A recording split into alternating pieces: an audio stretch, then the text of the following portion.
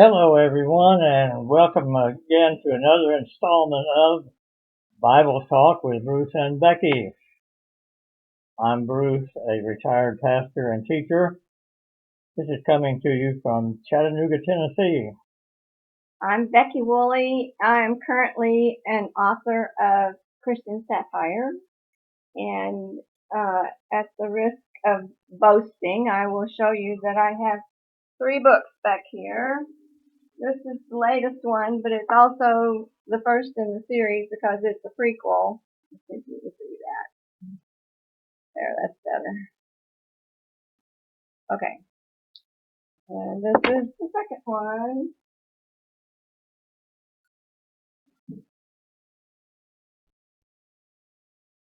What are the titles? I think this one says Nonprofit Murders, and this one says Murder Transported.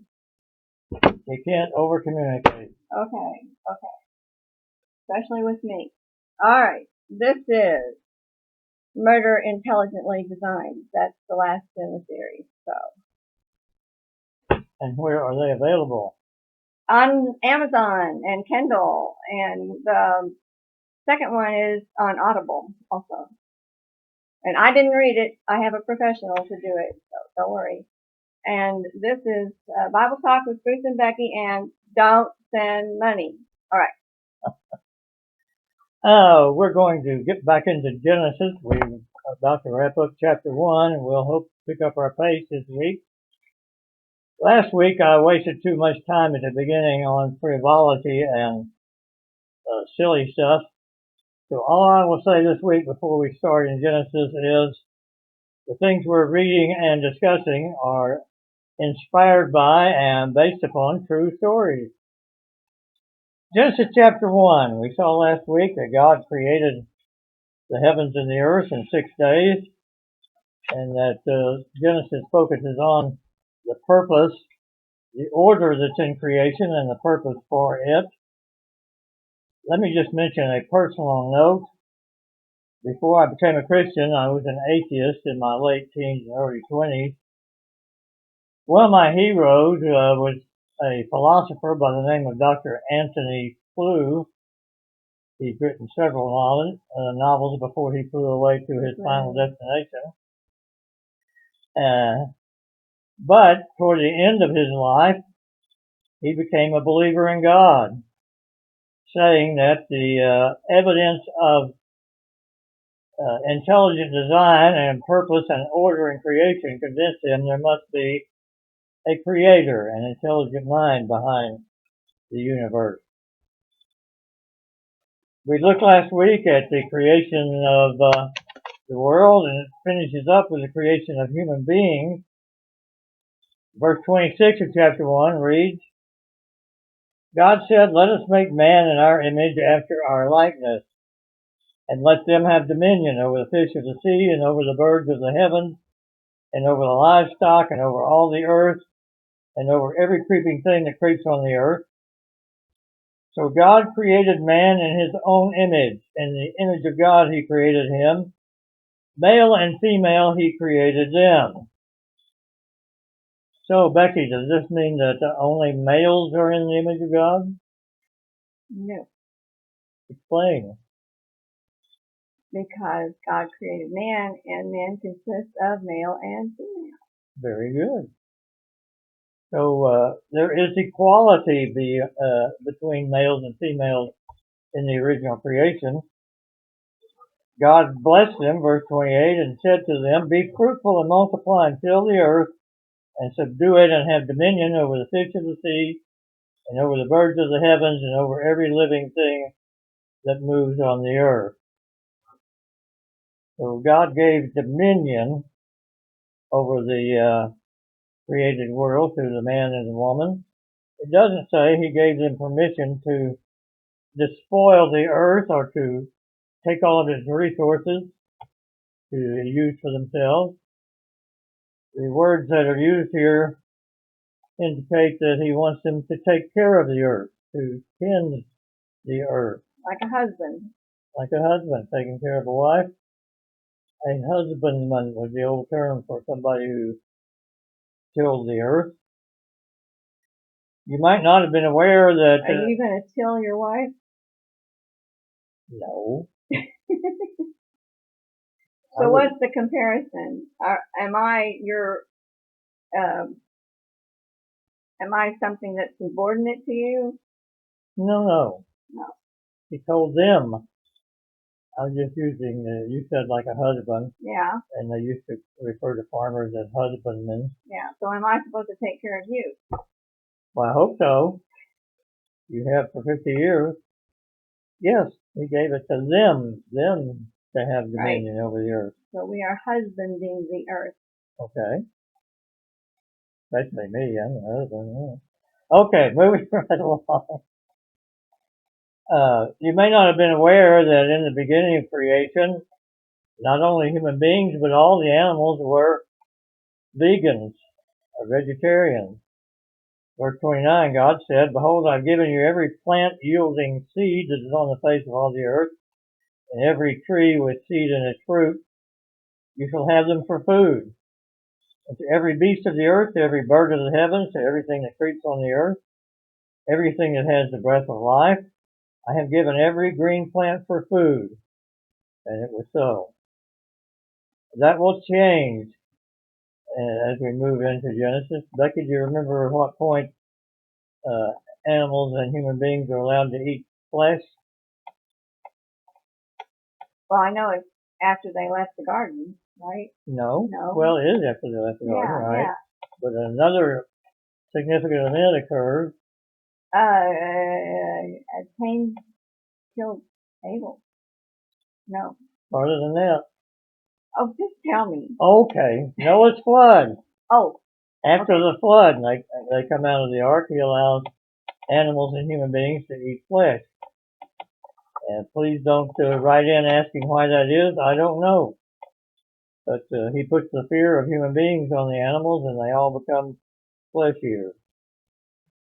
Well, God saw everything that He'd made, and behold, it was very good, and there was evening and there was morning the sixth day. The original creation was good. God pronounces it very good. He's going to put human beings in a perfect environment for them. And what did we decide about the sixth day?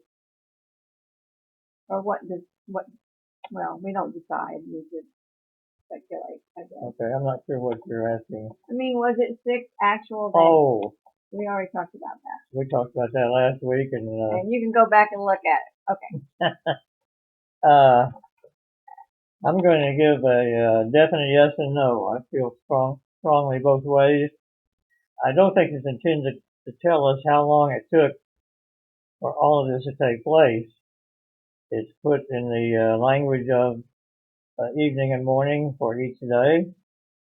Whether God created the whole earth and everything in it in 6 24-hour days seems impossible to reconcile with what science tells us. So we'll just leave it as an open question, but I don't think Moses intended to answer that question. How long did it all take? He was focusing on that God made it, and He made it with order and purpose. And we're part of that purpose. Yes, we are. I might point out, in case you haven't noticed in reading through chapter 1, that there's a correspondence between day 1, 2, and 3 and days 4, 5, and 6. On day 1, God created light and separated the light from the darkness. And on day 4, He put lights in the heavens to continue to have light on the earth. And the purpose of the sun, moon, and stars is to mark seasons and years, and especially their religious festivals. On day 2, God made the atmosphere, sometimes called the expanse of the firmament, and it separates the waters into those under the expanse and over the expanse. And on day 5, He created the creatures who lived in the waters. And that corresponds with the separation of the waters on day 2. On day 3, God creates dry land and the vegetation that grows on the land. And on day 6, he creates land animals and human beings. So there's kind of a literary pattern there, which is deliberate, I think, and corresponds to the order in the universe.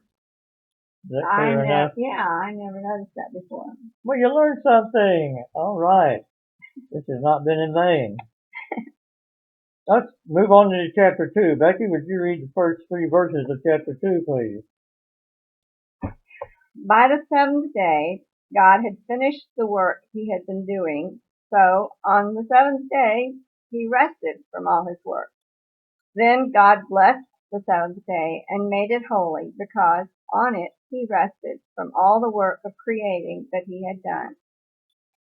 This is the account of the heavens and the... Wait, just verse 3. Oh, I'm sorry. That's okay. On the 7th day. And what did God do on the 7th day? He rested. He took a break.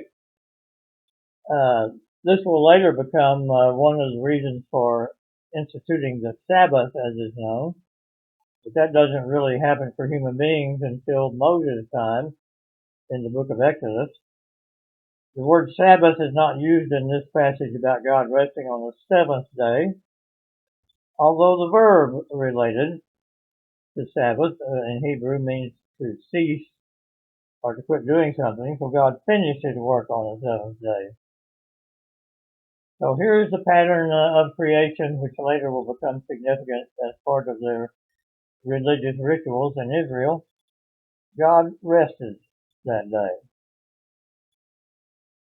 Now in chapter 2, we have a more detailed account of the creation of man and woman. Many modern scholars say this is an alternative account, and they claim it contradicts what's said in chapter 1. I would prefer, and I'm not alone in this, to say this is a more detailed account. And a pattern is begun here in Genesis of introducing a significant event and then afterwards going into more detail about it. So he's going to tell us more about man and woman being created.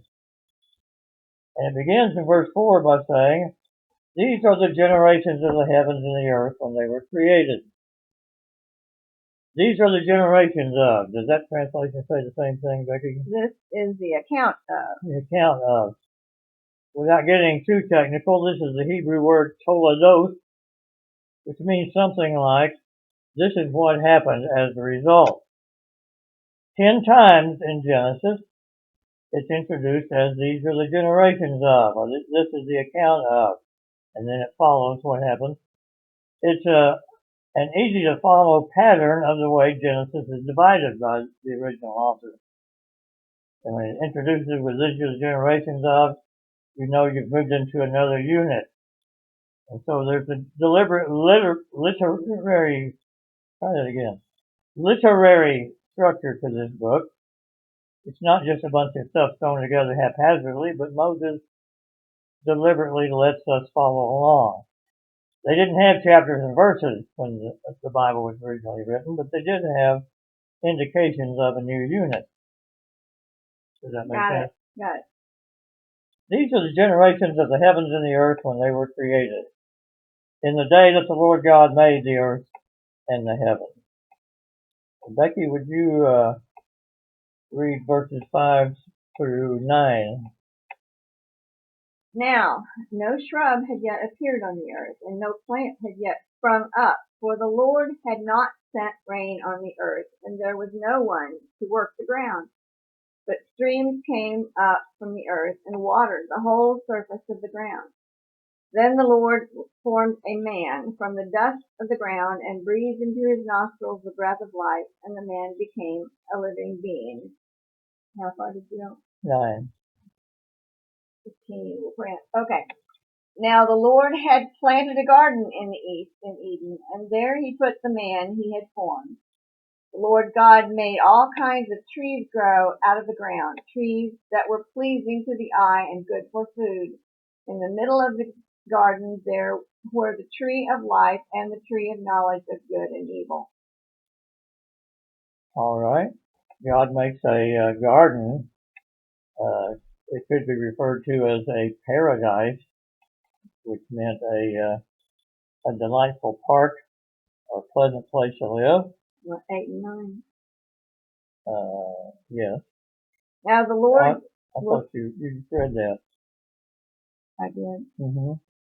Okay. You gotta give up that tiny little Yeah, print. I had. Yeah. She's reading from the NIV, and it's a small print version. I'm much older than Becky, so I use a large print Bible when I'm reading. 8 months older. Okay.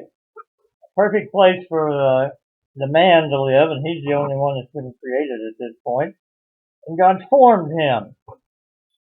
It doesn't indicate that he descended from anything else, but God took the dust and molded him like a potter might mold clay, and breathed the life into his nostril. And he became, in Hebrew, a nefesh chaya, a living being. The same word is used for some of the animals in the first chapter. We won't read the next paragraph. It talks about the 4 rivers that flowed from Eden, and they watered the garden at this time.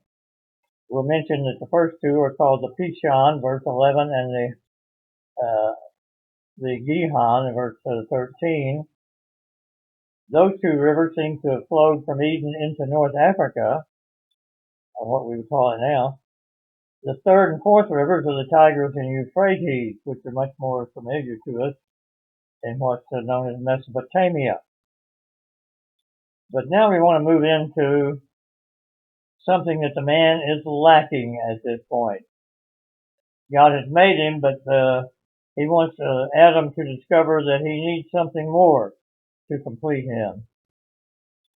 Verse 15, the Lord God took the man and put him in the Garden of Eden to work it and keep it.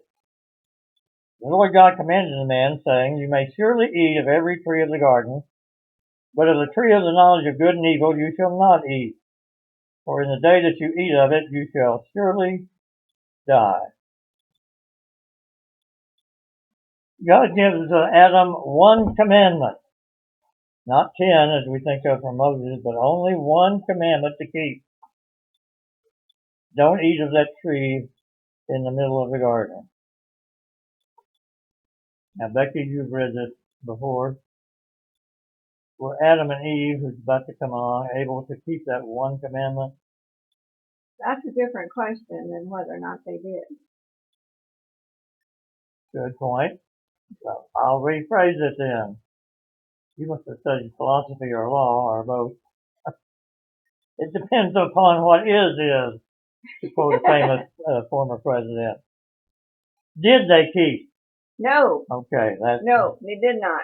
God gives them 1 and they don't keep the 1. It tells us. I would certainly like to think that God created them capable of saying no. I won't argue with that. Okay. Good point. Told you last time, this is a smart woman. Demonstrated by the fact that she married moi.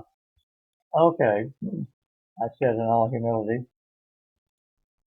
That tells us something about the relationship between law and human beings, and that is we human beings have never kept the laws that God gives us, so we're not saved on the basis of law keeping.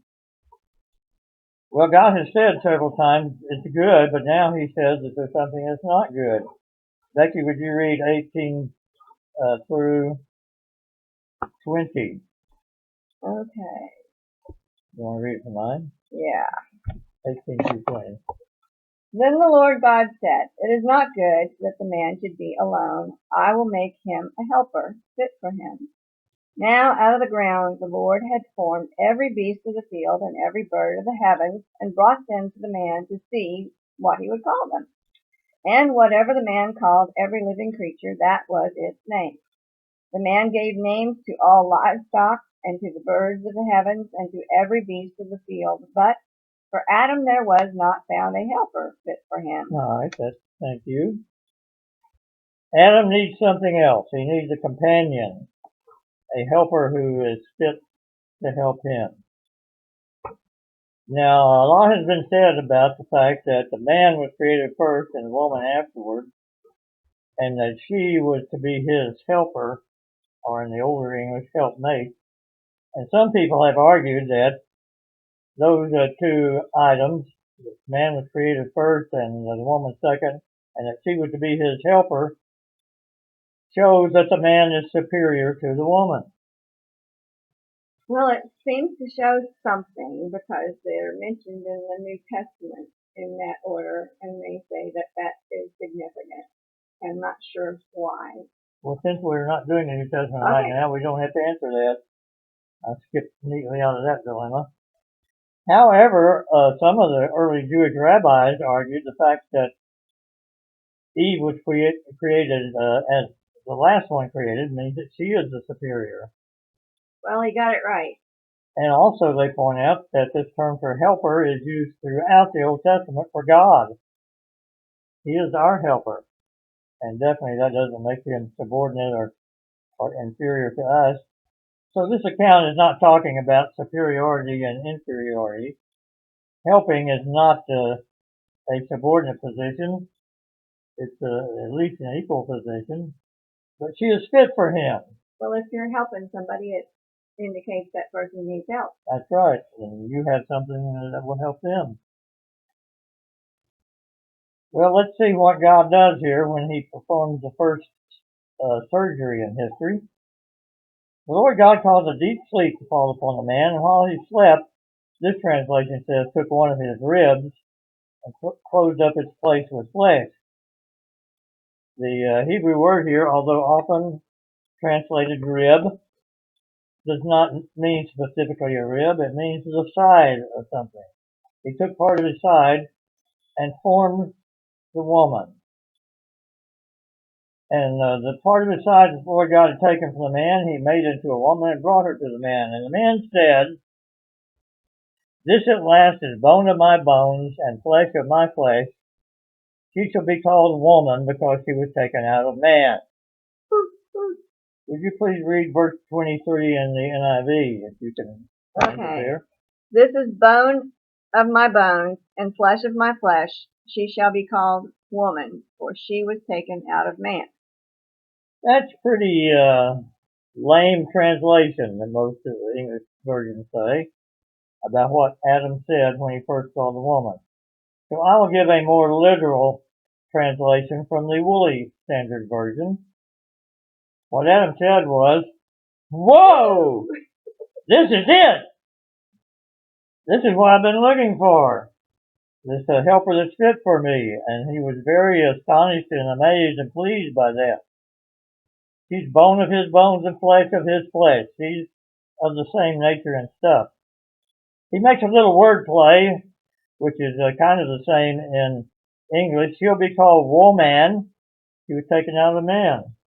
Or in Hebrew, she'll be called Isha because she was taken out of Ish. Man is Ish and woman is Isha. The Old Testament loves to pun things and to play upon the sound of words as well as their meaning. Well, the conclusion of this account, therefore a man shall leave his father and his mother and hold fast to his wife, and they shall become one flesh. The man and his wife were both naked and were not ashamed. When a man comes along who's ready to marry, he leaves his father and his mother. A lot of times it's been said in cultures that the woman leaves her family, but here's the man. Jesus will quote this verse in talking about the original institution of marriage. Well, we're going to have to stop now because I see by the old clock on the computer that it's time to wrap up. But let me give a little preview of what we will cover next time. Next time the questions will arise in chapter 3, why is this snake talking?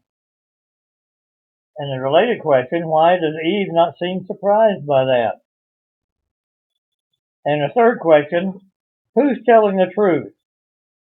God or the serpent? God says the day that you eat of the tree of knowledge of good and evil, you'll die. The serpent says, no, you won't die that day. Who told the truth? And the final question, if they didn't have knowledge of good and evil till after they ate the fruit, how can they be held accountable for doing that at you. Well, I know you will be eager to find the answer to those questions next time. I have a question. Okay.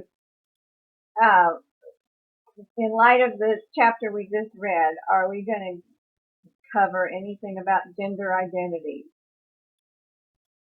Gender identity. Well, if you want to. Okay.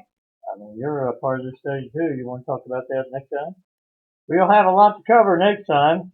I hope you want to tune in. Until then, I'll say, may the Lord bless and keep you, and have a good week. Bye-bye.